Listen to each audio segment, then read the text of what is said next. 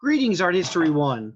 Welcome to Greek theater and theater in general, where we get to dress up, go out, have lovely evenings and nights on the town, or in the case of ancient Greek theater, nights, evenings, or days in the town. It was a very, very common way of spending some time. And so today we're going to talk about Greek theater, but also theater in general.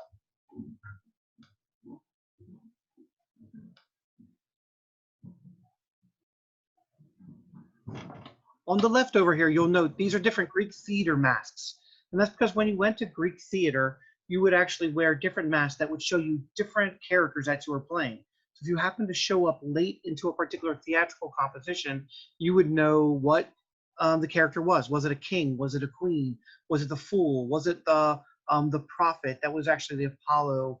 And that's what we're seeing. On the right is the Epidaurus Theater, one of the largest, most complicated theaters ever created. And note, it was made by Polyclitus the Younger. Polyclitus the Younger, of course, is the son of Polyclitus, that great maker of the spear bear.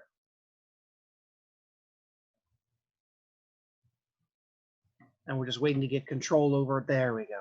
All right. Theater develops independently in two different areas at the exact same time, both around the 6th century BCE.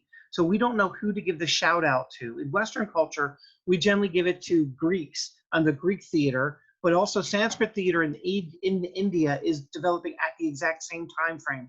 We don't think that one influences the other. They're just independent ideas that are coming up within the human condition about the 6th century BCE. And the question we have to ask as we dress up and we go out and sometimes spend hundreds of dollars on tickets, depending upon what theater show we're going to see, where we want to sit. Of course, I am sitting up in the nosebleed section today at Epidaurus. Does theater impact the humanity psyche more than any other arts? And here we actually have the idea of it could be Rent, it could be Hamilton, which is, one of the most famous musicals that's actually currently touring and tours basically in Miami every year now. And the question is, does this impact the human psyche more than other arts, whether that be painting, sculpture, architecture? And that's really a new phenomenon. In ancient Greece, it definitely had this impact when it actually invents. And that could be a process of either it's theater itself, or alternatively, it could be a process that it was just the new visual art form on the planet, the way video games have had that impact in the more recent years.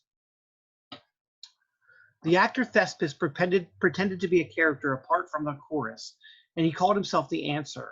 Any idea what the Greek word for answer and what we would call this person today?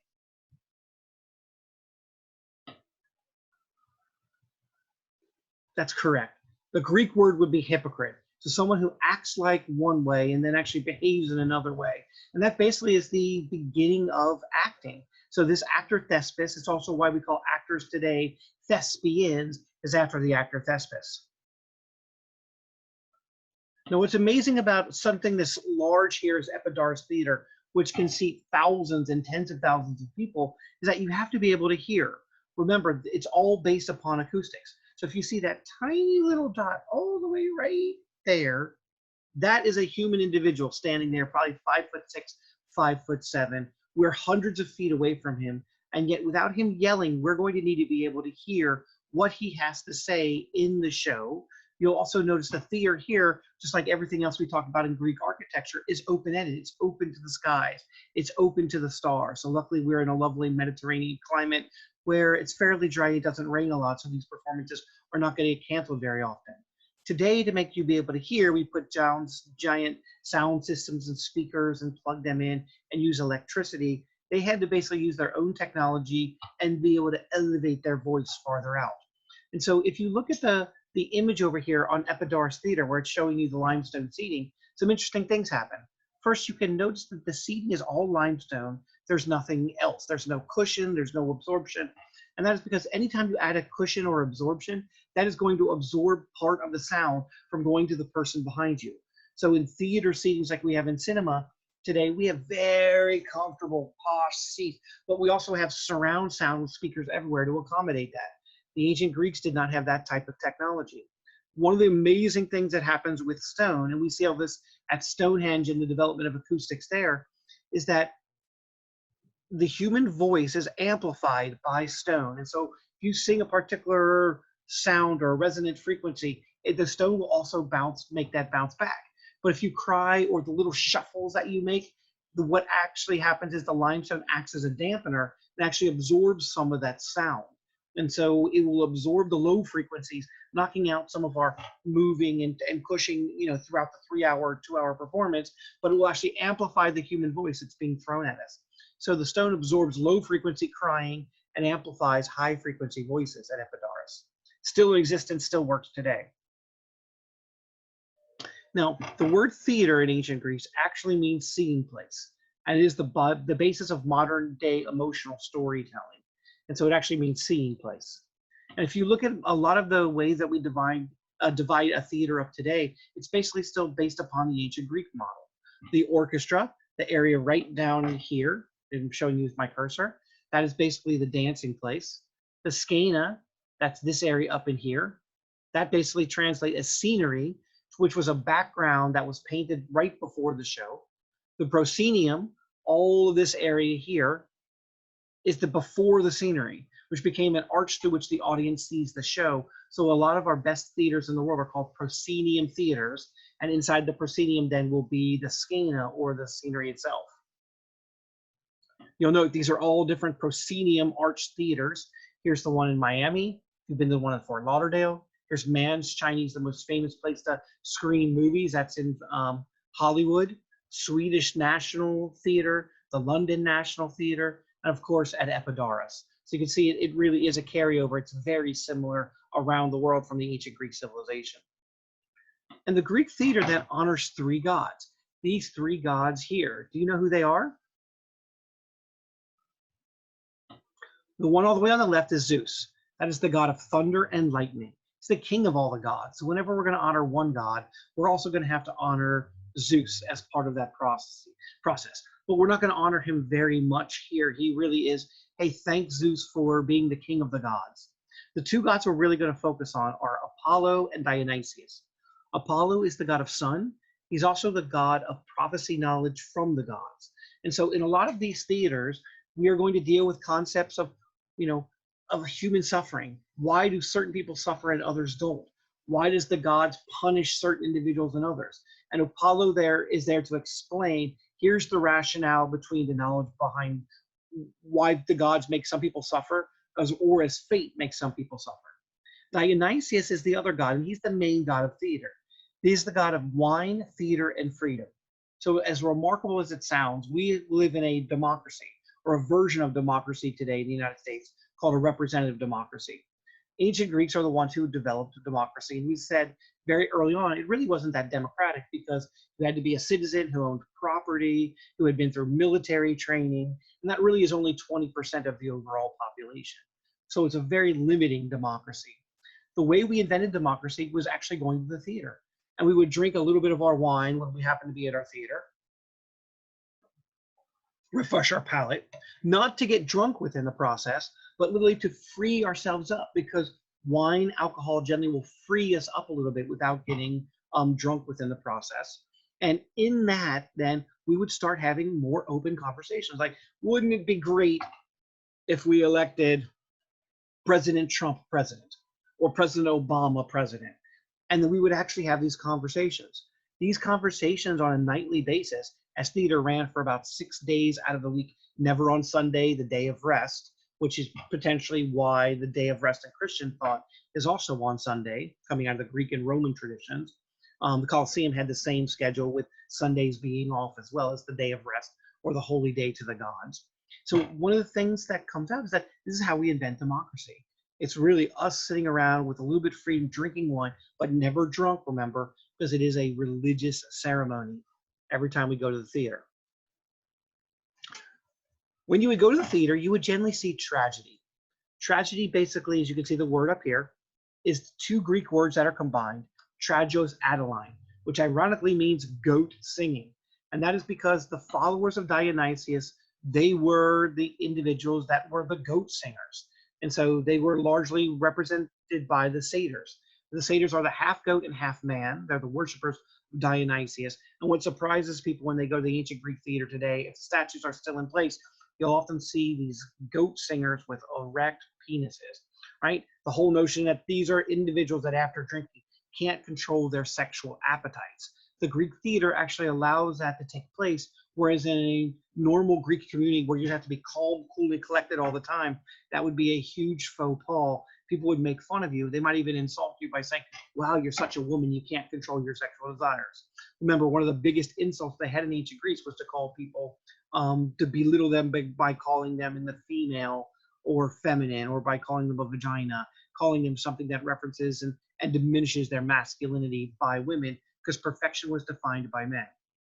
Dionysus, his other name, his Roman name is Bacchus. There is also the god of wine, theater, and freedom.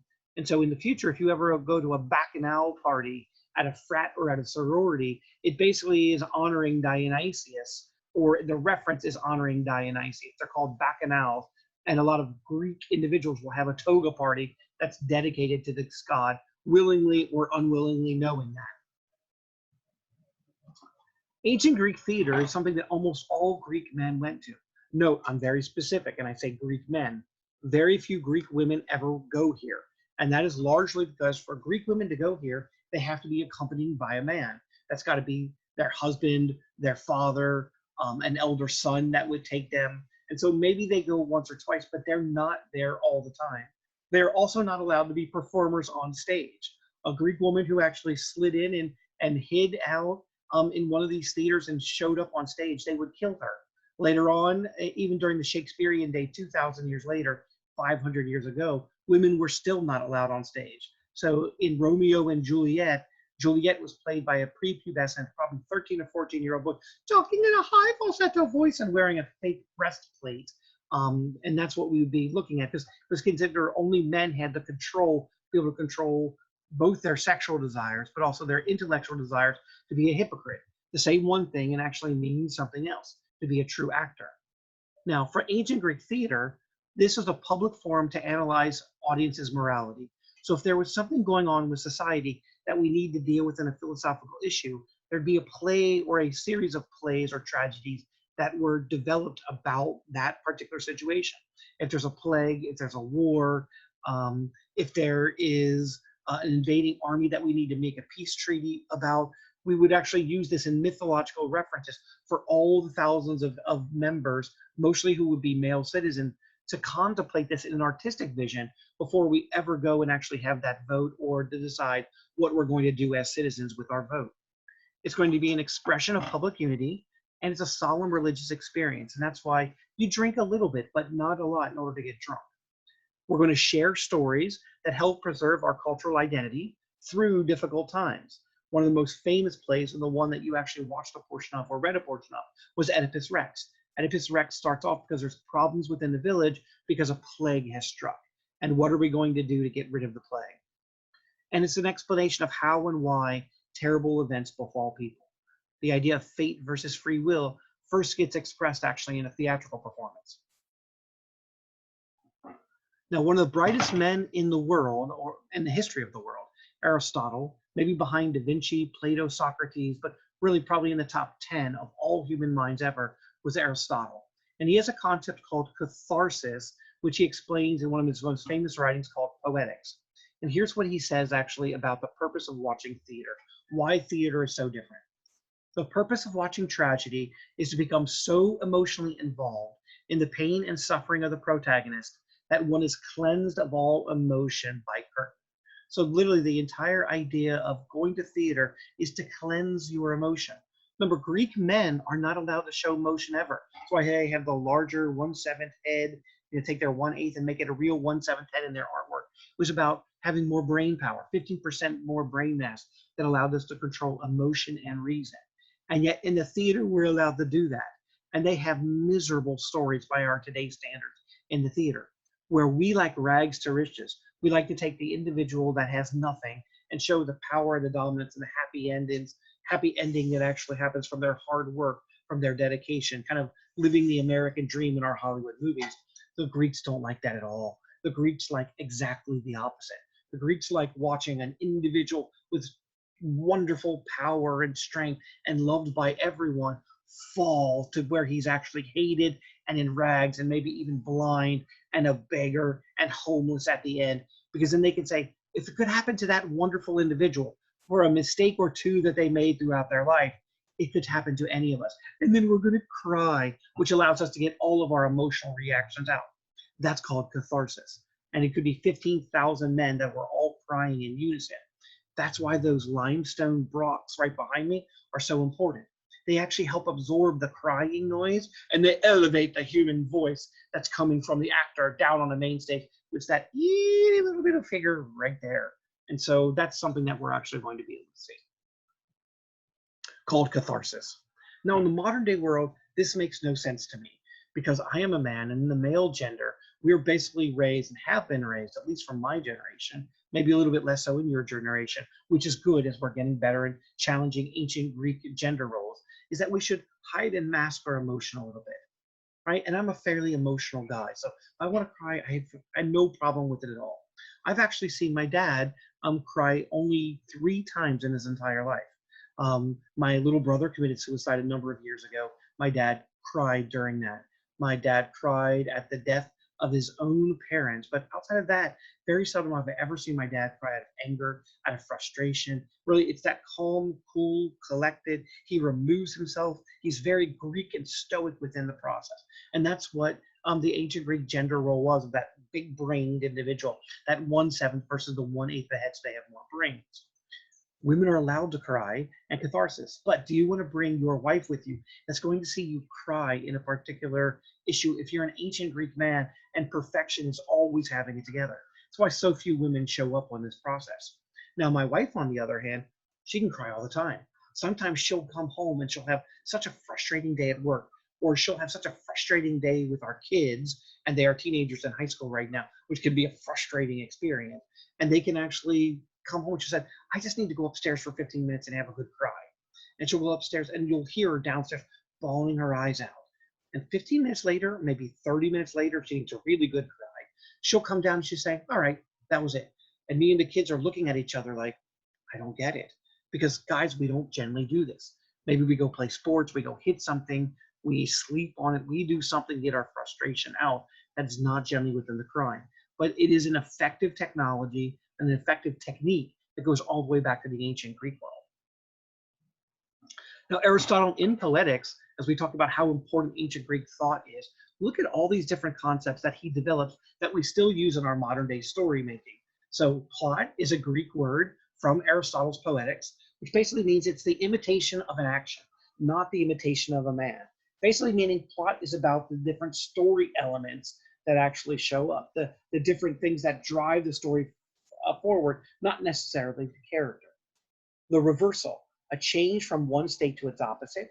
Again, we use this today. It's our rags to riches, our poverty to super powerful, our not knowing what they're doing to superhero status that shows up. The Greeks like the actual opposite of this, the superhero that falls to the rags to riches, so they could actually empathize and cry. It could happen to him, it could happen to any of us. Recognition is when the main character recognizes there's a change from ignorance to knowledge that actually has allowed for the downfall or allowed for them to reach that rags to riches story today. We still have that. Complex action is when recognition and reversal happens together. Catharsis is an emotional release of the audience, which we just talked about, that crying over the issues. Unity, all actions are significant to tell the story. Probably all of us have watched a good movie, and yet there's some plot lines that aren't wrapped up at the very end. The Greeks actually hated that. So the whole notion was for unity. Today we do it all the time because we're like, oh, this movie made $100 million. This is a sequel thread that you're going to see that movie's going to make $100 million. So we do this a lot in Hollywood films today, but it's pretty unusual in theater. And finally, a chorus, which you see up here right in the middle. It's a group of individuals that act as a narrator. Part of their role is that they, as a group, have a louder voice than an individual up on stage. If you've got a bunch of crying matter that you can't understand. At the end of the scene, they can actually summarize and give you a more booming voice so that you actually understand the action, so you know what's going to happen in the next scene or the next set.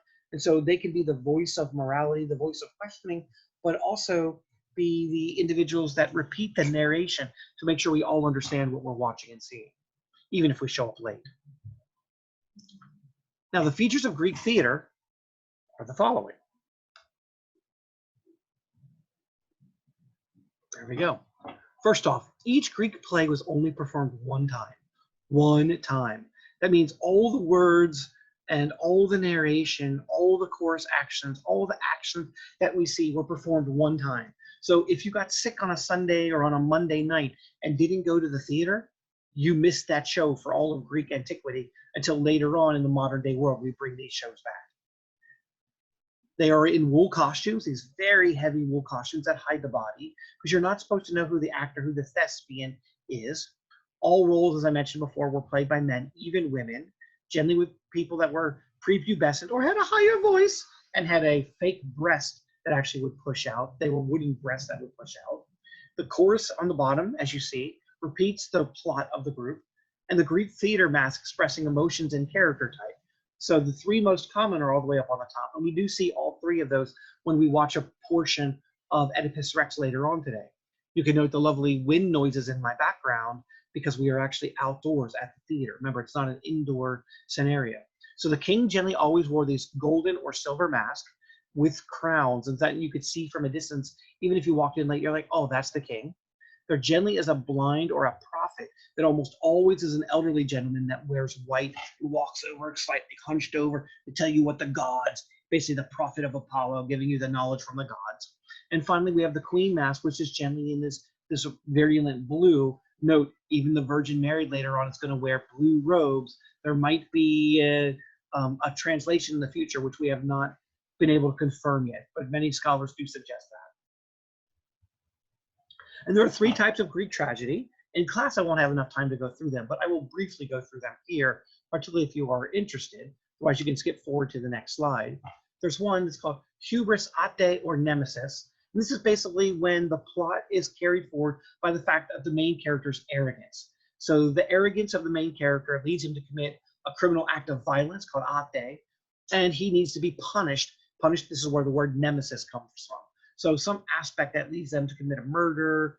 And the best plays actually combine more than two of these or more than one of these together.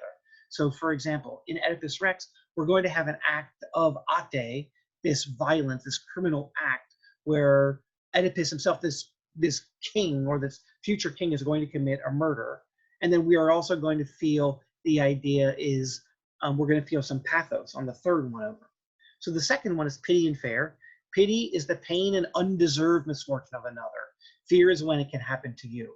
This is why you're crying. Think about it. Pain is undeserved. It's when the misfortune of another, it just happens. Remember, certain things in life just happen to us. You know, you have a small child, you're out walking, you turn your head, and they get hit by a car. That's pity. That really was no fault of yours for whatever reason you turned your head. Maybe you heard a loud noise. It's a natural human reaction to look for protective. And in that process, your child got hurt. And so that's what pity is. Pathos is undeserved suffering with no presence of redeeming justice. So pathos is the idea that the suffering is so severe, but there's no redeeming value out of it at all. So for those who have seen the fairly recent Joker movie, which just won the Academy Award for Best Acting from Joaquin Phoenix, that's pathos. It's an undeserved suffering. The medical system failed him. His mental health failed him. His mom lied to him about his own background, parentage, and heritage that he finds out later. And he basically goes off on I think with really, there's no redeeming justice at the end. It is just as dark at the beginning of this movie as at the end, even though he's being seen as this villainous, almost superhero. That's what pathos is. So Greek theater then, and one of the most important individuals in the history of all Greek theater is Sophocles. He is the writer of the play that we'll be discussing here in a moment, Oedipus Rex, or Oedipus the King. He was a leading Athenian citizen. He was chosen as one of the 10 military commanders to actually help plan armies or campaigns. He won the most first-place drama contest ever, so really a true Greek Renaissance man. His tragedy Oedipus Rex by Aristotle is considered the best tragedy ever, and yet it only won second place in the year it was announced. We do not know what won first, so we have no articulation of that, even though Aristotle later on said it was the best play ever written. He introduces a third character on stage. Before this, there were only two characters on stage, so we had what's called dialogue. When you add that third character, you get much more complex action. And so we're going to see that in Oedipus Rex, first time ever. And his death spawned entire national worship cult that Sophocles himself was a superhero, superhuman, almost godlike figure. And so one of the things that shows up that when we ask about Greek theater or about modern day theater is that what's the most important scene in Oedipus? Now, Oedipus is one of the first theater things or theater plays ever that actually deals with the idea of fate versus free will. Remember, this comes out of a conversation with Aristotle and Plato. Plato believed in ideal forms. He believes in the perfection of things behind things that you can't see, such as that Matrix video we watched earlier in class. He wants to actually have the true aspect of the form. Aristotle is much more the empiricist, believes in real world action, real word, inversion. And so Plato believes very much in fate, right? These things are fated. They're already established. There's rules that out there that humans are forced to follow. Aristotle says, well, yes, there might be some fate, but there's also some free will actions. There's some things we can do, whether they're empirical or based upon science, whether they're based on the idea that we are free willing, we are a democracy, we actually have action. And the Greeks hadn't quite figured out how these two things feature forward, how we actually deal with these philosophically. And so, as we think through Oedipus Rex, and what's the most important scene to determine whether fate versus free will win and why that matters, Oedipus generally, when he's a young boy, hears his horrible fate, and when he becomes 18, he flees his home. Now, ironically, he's not fleeing his real home. Remember, his father already found out his fate was to kill his father. So he wanted to have him executed. He wanted to have him literally killed. His mother couldn't do this, but his mother does take him and leave him on a hill for a shepherd to find him later, that then takes him to another kingdom, and he's raised as being the son of that other king. When he hears his horrible fate and thinks that he is actually doesn't know about his adopted parents, realizes that he's going to kill his father, even if accidentally. He runs him over with a chariot, he accidentally shoots the arrow that overshoots the target, his dad's behind him. Doesn't mean it has to be intentional in order for it to be fate. It can just happen. He decides to leave that father, and ironically ends up in the land of his own father, his real father, that he has no idea is his real father, and is his king armed by bodyguards at all time. The odds are just inexplicably hard that the Greeks had to say, that's fate, setting him up with an idea on whether he has fate or free will. Oop, I'll have to go back one. All right, the question then becomes, here's the scenario. And actually, let me get you through. I think I have two. At the very end of the play,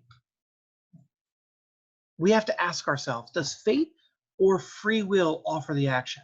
So what is the most important scene, again, in Oedipus to determine fate versus free will? The blinding at the very end that's going to occur here, the blinding occurs obscena. You can see that word before, O-B space S-K-E-N-A, which means off-scene. It gives us what word today? Obscena, when something is terrible and we don't really want to see it. That's correct. The word is obscene. So obscene comes from this particular scene at the very end when he blinds himself, when he himself realizes, my God, I killed my father, I married my mother, and I had children with my mother. So I would argue that the most important scene to set this all up is the scene that we're actually looking at here. And that is the idea of when he had fate versus free will in front of him. So here is Oedipus right in the center. He's wandering down a road after leaving his real parents, or after leaving what he believes are his real parents, or technically his adopted parents. He happens upon the king, his real father, guarded by bodyguards, and he's walking on the side of the road.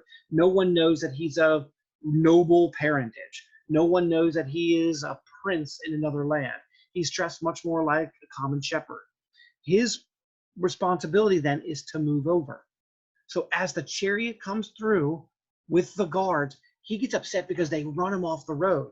And he goes into a wild rage, killing a number of the guardsmen and his own father, leaving one person to tell the story and unravel the entire myth in the future.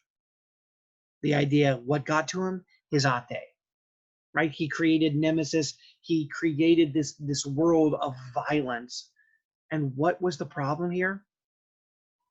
From a Greek perspective, what's the problem? That's exactly right. He lost his calm. He lost his cool. Greek men are supposed to be calm, cool, and collected at all time.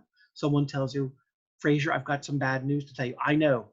Game face is going on. Your son just was murdered by someone else. Horrible news. In the modern day world, I'd bawl my eyes out. Not in the ancient Greek world, because I don't want to be called a woman. In the ancient Greek world, I would hold it together. I would walk home. I would actually take all the women out of my house, and then I would be able to bawl my eyes out with no one else watching, knowing that at that point I can actually have this. Probably going to theater to be able to bawl my eyes out for weeks on end because my son has just been killed. But otherwise, I gotta be ready. Who killed my son? Where are they at? Let's go after them. Let's get our weapons. Let's go get the army. Let's go get the police. Let's go kill these bastards. And that's the reaction you're supposed to have. Calm, cool, and collected all the time. It's not what Oedipus does here. He loses it. And probably the world's most famous case of road rage, where you kill 6 or 7 individuals on the street because they threw you basically into the mud because you didn't move over. And this is the king. So this is where he has fate versus free will. Does he have the option of controlling his emotions here? If he does not, fate wins. If you believe he does, free will wins. And this is the first play in human history, first tragedy that ever deals with this concept on how do we put fate and free will together. Now here's all the potential choices that Oedipus had. Oedipus had a choice of not killing anyone. Seems rational and logical. These were not military campaigns. This is just something that he did as we look at fate versus free will. So that's one aspect. Oedipus had a choice to not kill the guards, right? These are official members of another court. You really can identify them. You know the Secret Service when you see them around President Trump, President Obama, President Clinton, any of the presidents that happen to be out there. Oedipus had a choice of which road to travel on. He chose this particular road. Oedipus had a choice of which kingdom to flee to. He ironically ends up where his real father is wandering down. Oedipus had a choice to kill all but one person to tell the tale. He could have killed all of them. He didn't need to leave one person to tell the tale. And the question is all those choices really choices, or is it fate lined up against you? So at the very bottom, Oedipus kills fathers and guards over road rage for not following road rules. So out of all the choices, maybe fate sets all these other things up. What fate didn't set up, what it doesn't set up in any way, the free will choice that Oedipus has, he lost control. He has to have control of his own emotion. That's the entire point. Now think about how hard this is, fate versus free will. This is the presidential motorcade. Look at all the ways that we actually help protect the president, even without the Secret Service. The rear compartment, the doors, they have a non-exploding petrol tank that shows up. It's got a boot, it's got rear seats, everything is bulletproof. There are guns that come out that are defense accessories. You've got driver's side double pane glass windows. It literally can take a direct hit from a missile launcher and actually still survive and be functional. This is basically the Greek equivalent or the modern day equivalent of what Oedipus has to go through in order to get to King, which is his father, his real father, and kill him. So clearly fate is setting this up, but he still has a free will choice of controlling his emotion. And so this brings us to the entire idea of determinism. Do fates control your thread of life? Because before this play and before the conversation, this is the conversation that the ancient Greeks were having, is that what are my possibilities? What are my choices? Do the fates control everything about my life, or do I have some control that shows up? So this is called universal determinism. Every event has a call that fully determines it. And as articulated in Albert Einstein, it was a belief in universal determinism. Everything is determined, the beginning as well as the end, by forces over which we have no control. Basically, you have no free will, is what Einstein is saying. It is determined for the insect as well as for the star. Human beings, vegetables, or cosmic dust. We all dance to a mysterious tune, intoned in the distance by an invisible player. It's a fairly stark look at reality, because what it says is all the great accomplishments, but also the bad things that you do are fully determined. It's actually not really you. You just happen to be the entity that's embodying that space and that matter that actually committed those actions, which were predetermined like the fates because of scientific rules before you were ever born. Now, this is a hard pill to swallow, because if this is the case, why do we punish criminals? They've already committed the action. If they're going to commit another murder, they're going to commit it on whoever they were supposed to commit it, and that person's going to have to get in jail as well. So we're not really protecting the innocent. Those murders, those violent actions are going to happen anyway. That's what universal determinism is choosing. Now, the other option, of course, besides determinism, is the idea of a free will, belief that at least some human actions are freely chosen. And so here's a challenge for all of us. If you believe in a God who knows everything, we have a major philosophical hurdle that you're about to hit. So if you believe in a God that knows everything, think through this. As we look at Michelangelo's Sistine Chapel, the creation of Adam. So here's the question: do you have free will? It depends on whether or not you believe in God. God is omniscient and knows everything. By definition, and that's true unless you are a Hindu, an atheist, an agnostic, you're not sure what you believe in. Some sects of Buddhism can actually get away with this as well. But if you're a Christian, a Muslim, Jewish, Pentecostal, any of these other religions where there is a monotheistic God that knows everything, here's the problem for you. If God knows everything, he knows all the choices that you'll ever make. If someone or something knows all the decisions I make before I make them, that's the definition of omniscience, knowing everything, then you do not have a choice to make them. Therefore, you really don't have free will. You just believe you have free will. Why? Because it makes it way easier to make those choices, which technically are not choices, because God already knew what you're going to do beforehand. Therefore, you had to make those decisions. Because if you chose another decision, you basically said God's wrong. God doesn't know everything, and God makes mistakes.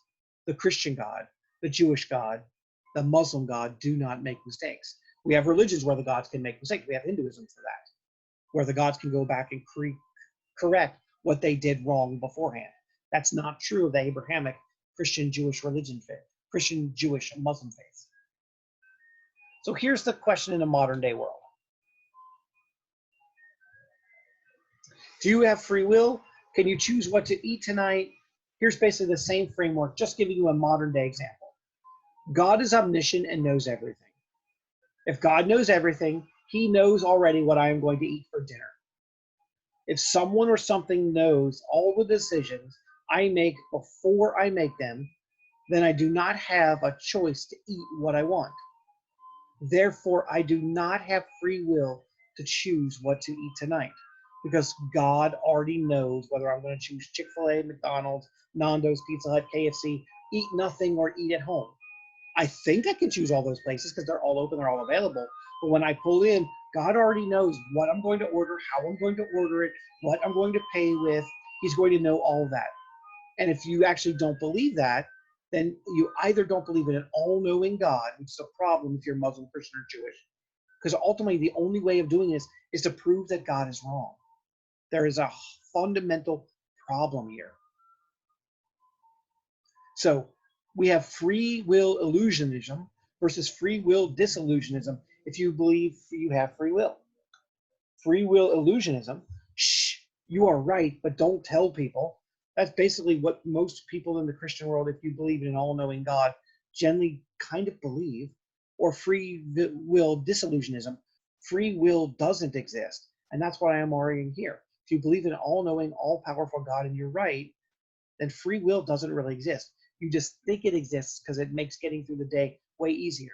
You basically are a puppet in a show where the narration's already been done. It would be like the equivalent of reading Huckleberry Finn a fourth, fifth, or sixth time, or me watching the Star Wars movie the 30th time and expecting a different result.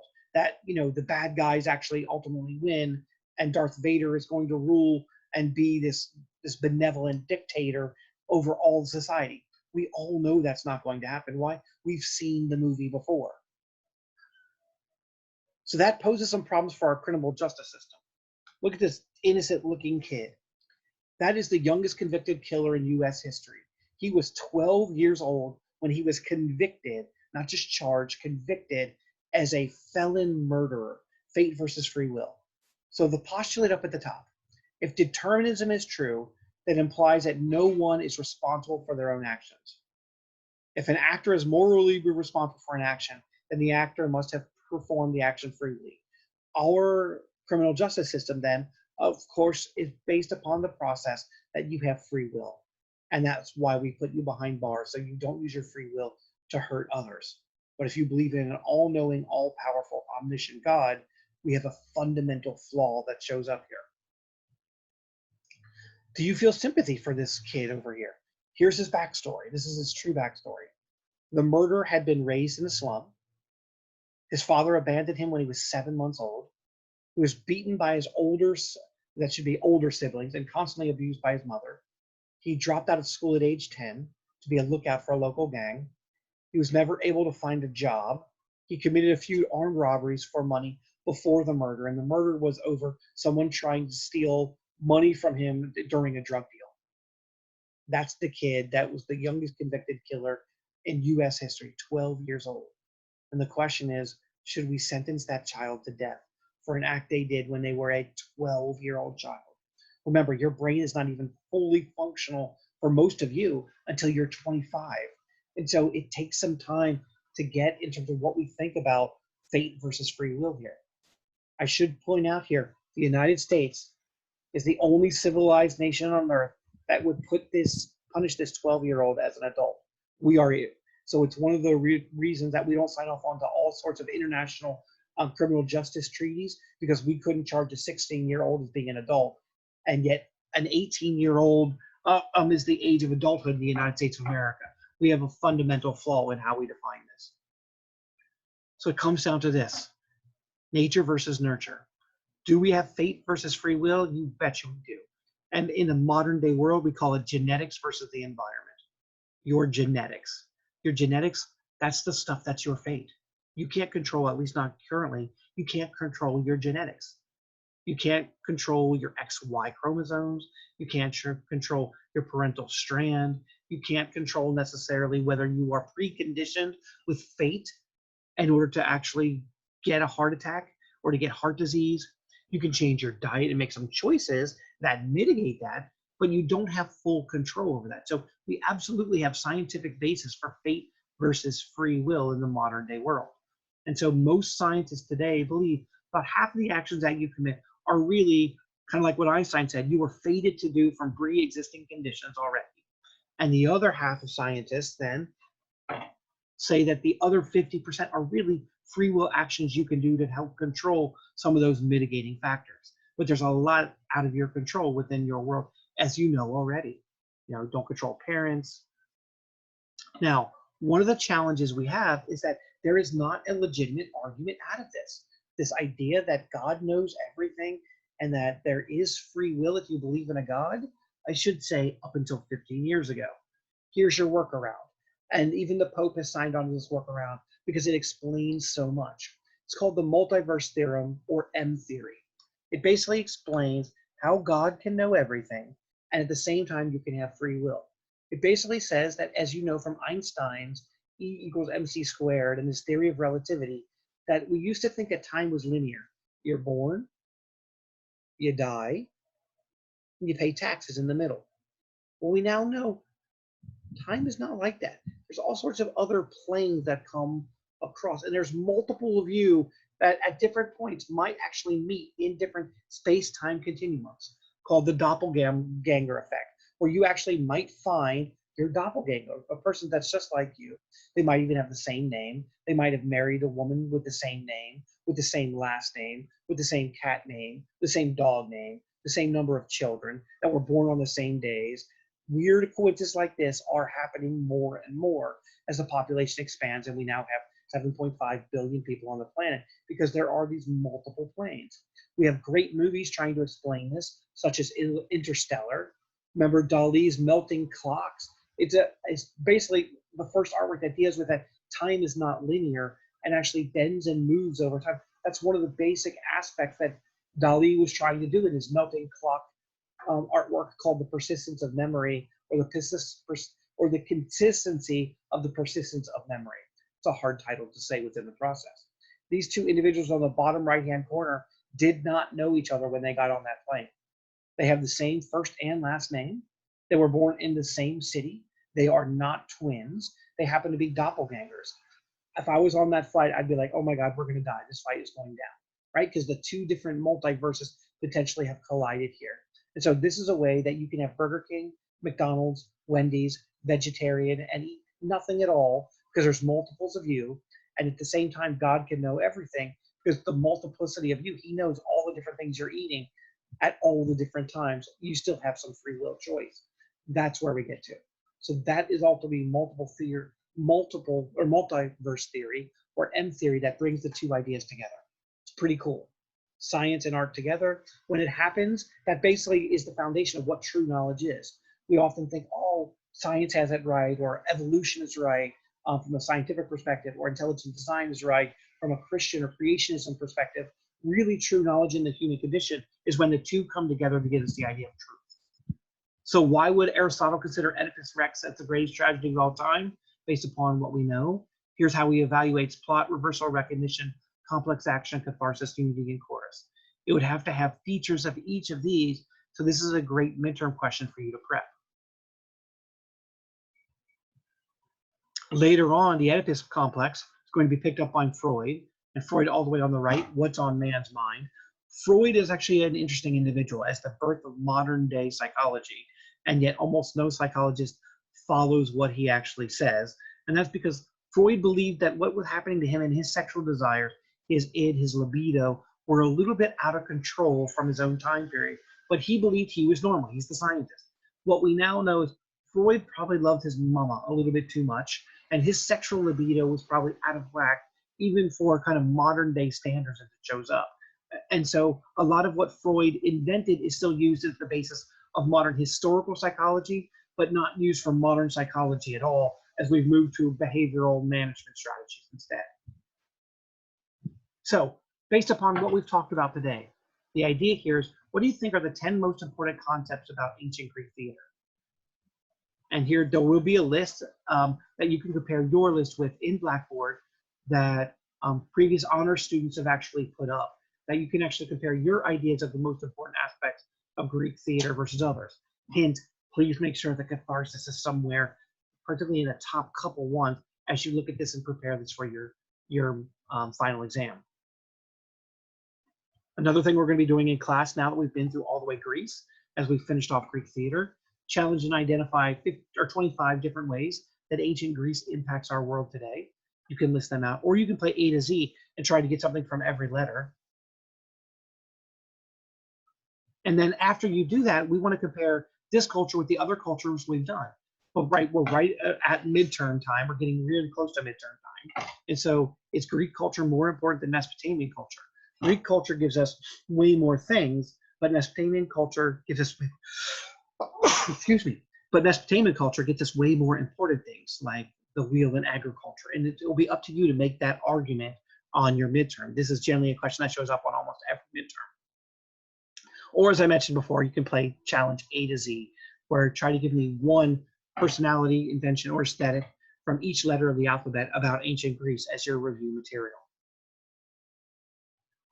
Now, before we go, and an earlier slide will allow you to watch, it's embedded within this video, the Oedipus Rex, to see the 3 actors on stage, the woman being played by a male with a high falsetto voice, the idea of fate versus free will playing out.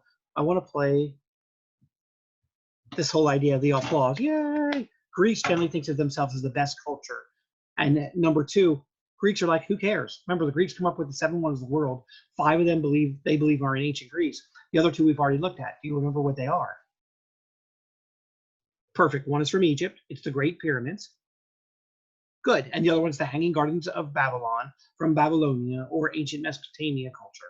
So Greece literally believes they are better than everyone else because look at the accomplishments and how they live versus anything we've seen prior.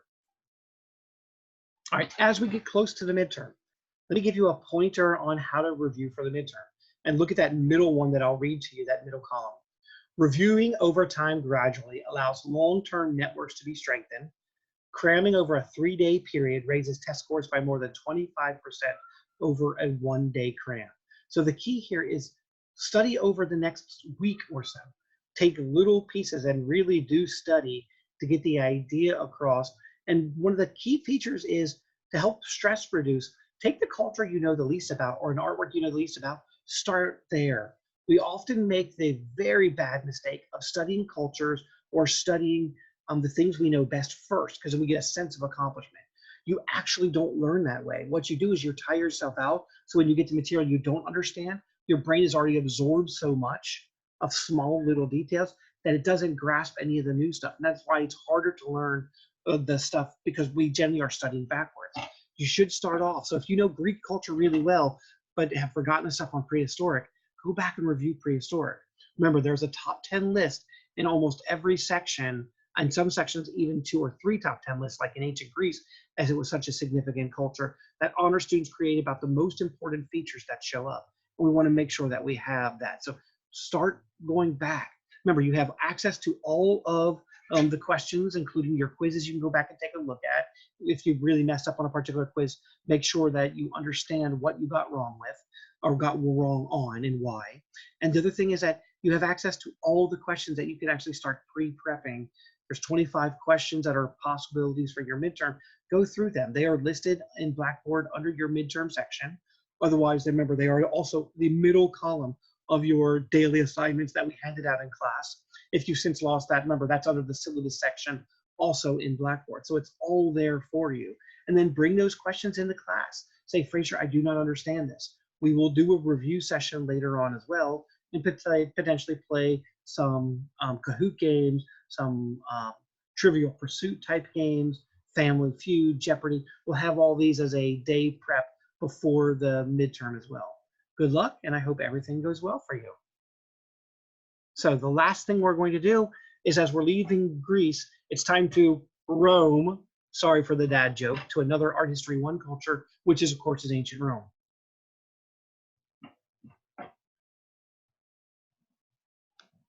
So have a wonderful day. I hope you have thoroughly enjoyed ancient Greek culture and studied the truth behind the movies that led to such things as Troy coming out of the Iliad, or any other movies, Hercules, which really should be called Heracles, and the aspect. And you can now even be a cultural consultant, at least on an initial level, on ancient Greece. Have a wonderful day, and goodbye.